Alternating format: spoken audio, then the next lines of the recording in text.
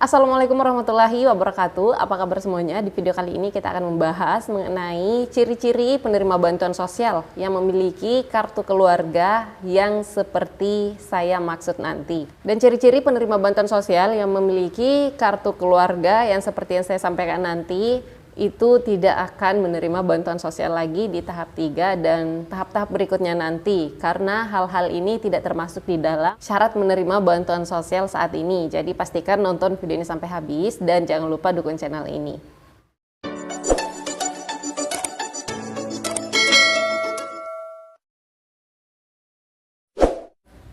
Oke, jadi sebelum kita masuk membahas mengenai ciri-ciri yang saya maksud nanti, di sini ada yang perlu saya bahas terlebih dahulu, karena menurut saya ketika saya membaca komentarnya itu ya gimana ya, agak lucu juga ya.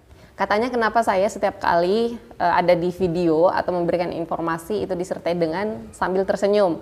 Padahal informasi yang saya sampaikan itu beberapa membuat KPM ini merasa tidak nyaman atau membuat beberapa penerima bansos ini merasa iri atau merasa sakit hati atau merasa kecewa. Nah, jadi perlu diketahui saya pembawaannya itu memang seperti ini ya, selalu disertai dengan senyum. Seperti apapun itu kondisi pikiran saya atau kondisi hati saya, insya Allah wajah saya masih selalu disertai dengan senyuman, karena apapun itu menurut saya ya tetap di bawah happy. Oke, karena di video ini informasi-informasi yang saya sampaikan nanti kemungkinan ada beberapa yang membuat KPM itu merasa kecewa atau merasa ya tidak sesuai dengan harapan ya. Tapi mohon maaf saya menyampaikannya tetap dengan pembawaan disertai senyuman biar enak dilihat. Oke, langsung saja ciri-ciri yang pertama. KPM atau penerima bantuan sosial yang ciri-cirinya nanti tidak akan cair lagi bantuan sosialnya di tahap 3 dan tahap-tahap seterusnya, yaitu yang pertama, penerima bantuan sosial yang di dalam kartu keluarganya itu memiliki anak sekolah atau selama ini ia memiliki komponen anak sekolah. Anak sekolah yang saya maksud di sini adalah anak sekolah yang sudah akan lulus tahun ini, karena seperti yang kita ketahui untuk bulan ini, bulan Juli atau tahap pencairan bantuan sosial tahap 3 di tahun 2023 ini itu memasuki periode penaikan kelas anak-anak atau penaikan jenjang anak-anak atau tahun kelulusan anak-anak sekolah. Sehingga apabila selama ini bantuan sosial yang diterima dari PKH itu sebanyak Rp500.000, artinya itu adalah komponen anak sekolah SMA, dan jika tahun ini sudah lulus artinya kedepannya tidak akan menerima bantuan sosial lagi untuk bantuan sosial PKH dan juga bantuan sosial PIP atau KIP, karena untuk KIP anak sekolah ini hanya diberikan bantuan sosialnya sampai dengan jenjang SMA. Dan begitu juga untuk bantuan sosial PKH, bantuan sosial PKH ini khusus komponen pendidikan anak SMA itu hanya diberikan sampai dengan SMA, lulus SMA. Jadi apabila yang tahun ini anaknya sudah lulus SMA dan tidak memiliki komponen lainnya lagi, maka tidak akan mendapatkan bantuan sosial PKH dan juga bantuan sosial KIP atau PIP. Bantuan sosial yang diterima nanti sisa satu, yaitu BPNT program sembako. Itu pun kalau aktif ya, kalau aktif datanya sebagai penerima BPNT program sembako. Dan apabila ada komponen anak sekolah yang tahun ini lulus SMA kemudian lanjut untuk berkuliah dan ingin atau mau mendapatkan bantuan sosial KIP kuliah, maka harus daftar lagi, harus daftar terlebih dahulu nama program bansosnya yaitu KIP kuliah. Karena untuk KIP anak sekolah dan juga KIP program kuliah ini tetap berbeda ya, harus didaftarkan lagi walaupun sebelumnya ia sudah terdaftar aktif sebagai penerima KIP sekolah, tapi apabila ingin mendapatkan KIP kuliah harus daftar lagi terlebih dahulu. Dan untuk cara-caranya bisa di-searching di Google, insya Allah di sana akan ada pengarahan-pengarahan tata cara untuk mendaftar KIP kuliah. Ciri-ciri yang kedua yaitu penerima bantuan sosial yang dimana di dalam kartu keluarganya ia memiliki komponen anak balita atau anak usia dini yang umurnya 5 atau 6 tahun dan belum terdaftar di Dapodik atau belum disekolahkan anaknya. Atau mungkin disekolahkan tapi anaknya belum terdaftar di Dapodik, karena kenyataannya sekarang di lapangan dan juga hasil dari analisa kami, salah satu penyebab bantuan sosial komponen anak balita ini kebanyakan yaitu adalah anak-anak yang berusia 5 atau 6 tahun tapi belum terdaftar di Dapodik.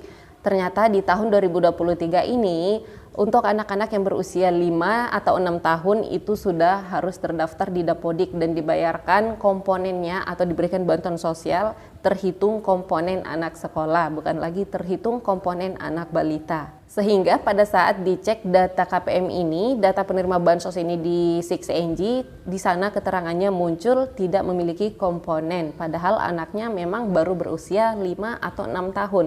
Dan ada juga beberapa di usia 6 tahun itu atau 5 tahun itu belum disekolahkan, belum terdaftar di Dapodik. Jadi bansosnya tidak masuk karena keterangannya di sana tidak memiliki komponen. Jadi apabila Bapak Ibu memiliki anak yang berusia 5 atau 6 tahun, maka saran saya kalau bisa, kalau memungkinkan, maka daftarkan anaknya untuk bersekolah di TK dan pastikan juga di sana pada saat masuk TK anaknya sudah aktif datanya di Dapodik tempat ia bersekolah. Selanjutnya, ciri-ciri yang ketiga yaitu penerima bantuan sosial yang dimana di dalam kartu keluarganya itu memiliki komponen anak sekolah seperti yang baru mau didaftarkan TK misalnya, atau dari TK baru mau didaftarkan SD tahun ini, atau dari SD baru mau naik jenjang SMP tahun ini, atau dari SMP naik jenjang jadi SMA tahun ini. Nah, ini perlu dipastikan pada saat pengisian formulir pendaftaran anaknya sekolah harus dipastikan untuk pengisian data diri anaknya dan dilampirkan juga berkas-berkas yang padan di Dukcapil sehingga pada saat pihak sekolah mendaftarkan anaknya ke Dapodik, nama anaknya itu betul-betul sesuai dengan yang ada di Dukcapil. Karena ini nanti ke depannya bisa bermasalah juga ya. Beberapa kasus anak-anak ini atau komponen anak sekolah ini tidak masuk bantuan sosialnya, tidak bisa dibayarkan karena ternyata data diri yang ada di Dapodik ia tidak sinkron dengan data yang ada di Dukcapil atau ada perbedaan data. Misalnya nama yang dicantumkan di dalam Dapodiknya itu ternyata berbeda satu huruf dengan nama yang terdaftar aktif di Dukcapil. Nah, ini nanti bisa menyebabkan bansosnya tidak masuk karena dianggap tidak valid atau tidak padan, sehingga perlu kehati-hatian pada saat mendaftarkan anak sekolah, betul-betul dilampirkan data diri sesuai dengan data yang aktif di Dukcapil. Karena gambarannya seperti ini ya, seperti piramida begini. Di atas ini DTKS contohnya, kemudian di samping bawah di sini Dukcapil dan di samping kanan sini adalah Dapodik. Ketiga data ini DTKS, Dukcapil, dan Dapodik semuanya harus sama, harus sinkron, harus sama persis, tidak boleh ada perbedaan sedikit pun. Jika terjadi perbedaan sedikit pun, contoh misalnya kesalahan satu huruf untuk nama anak tersebut, maka nanti tidak bisa sinkron antara tiga ini sehingga dianggap tidak bersekolah atau tidak memiliki komponen anak sekolah lagi dan bisa menyebabkan bantuan sosial PIP-nya dan juga bantuan sosial PKH-nya tidak aktif lagi atau tidak bisa terbaca di pusat sebagai memiliki komponen sehingga dianggap tidak memiliki komponen lagi atau dianggap anaknya itu tidak sekolah dan bansosnya tidak dibayarkan. Berikutnya yang keempat, ciri-ciri penerima bantuan sosial yang tidak akan cair lagi bansosnya di tahap 3 dan tahap-tahap selanjutnya yaitu yang memiliki kartu keluarga tidak update.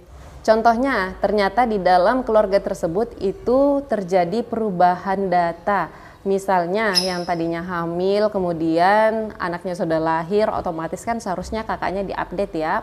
Anaknya dibuatkan akte kelahiran, tapi kartu keluarganya tidak diupdate, tidak diperbaharui. Atau ada anaknya yang sudah pisah kakak, keluar kakak misalnya, dan sudah memiliki anggota keluarga baru, jadi otomatis kartu keluarga itu kan seharusnya datanya berkurang ya, berkurang satu anggota keluarga, tapi kenyataannya tidak diupdate, tidak diperbaharui. Sehingga KPM yang seperti ini, kartu keluarganya dianggap datanya itu tidak valid atau tidak padan karena untuk kartu keluarganya tidak update. Karena seharusnya bisa jadi nomor kartu keluarganya itu sudah berbeda, tapi karena tidak diupdate kartu keluarganya sehingga nomor kakaknya masih itu-itu saja. Dan ini tidak bisa terbaca di DTKS dan dianggap datanya itu tidak valid. Karena ini ada contoh kasusnya juga ya, di sini ada beberapa KPM yang tidak cair bantuan sosialnya, ternyata kartu keluarganya itu tidak diupdate. Dia seharusnya mengupdate kartu keluarganya, menambahkan anggota keluarganya yang baru saja lahir, tapi hanya dibuatkan akte kelahiran, kartu keluarganya tidak diupdate, sehingga data anaknya ini yang bersekolah juga tidak bisa terbaca di DTKS, karena datanya yang ada di Dukcapil itu tidak bisa sinkron masuk ke DTKS, sehingga terbaca dia tidak memiliki komponen lagi, dan menyebabkan bansosnya, PKH dan PIP-nya tidak cair. Oke, itu saja mengenai informasi ciri-ciri penerima bantuan sosial yang tidak cair lagi bantuan sosialnya di tahap 3 dan tahap-tahap berikutnya yang memiliki ciri-ciri kartu keluarga seperti yang saya sampaikan tadi. Saran saya kepada Bapak Ibu semuanya sebagai penerima bantuan sosial, jika ingin bantuan sosialnya lancar, cair, maka harus teliti pada saat pengisian data-data diri anaknya, pada saat mendaftarkan anaknya ke sekolah, dan juga data-data diri seperti kartu keluarga dan juga KTP, semuanya harus update dan juga sinkron. Baiklah, itu saja mengenai informasi hari ini. Semoga video ini bermanfaat dan mohon maaf apabila ada kesalahan, serta mohon maaf juga apabila informasi yang saya sampaikan di sini tidak sesuai dengan harapannya Bapak Ibu, tapi saya menyampaikannya sambil tersenyum. Oke, terima kasih banyak sekali lagi sudah menonton video sampai habis. Sampai ketemu lagi dan saya di video selanjutnya. Wassalamualaikum warahmatullahi wabarakatuh.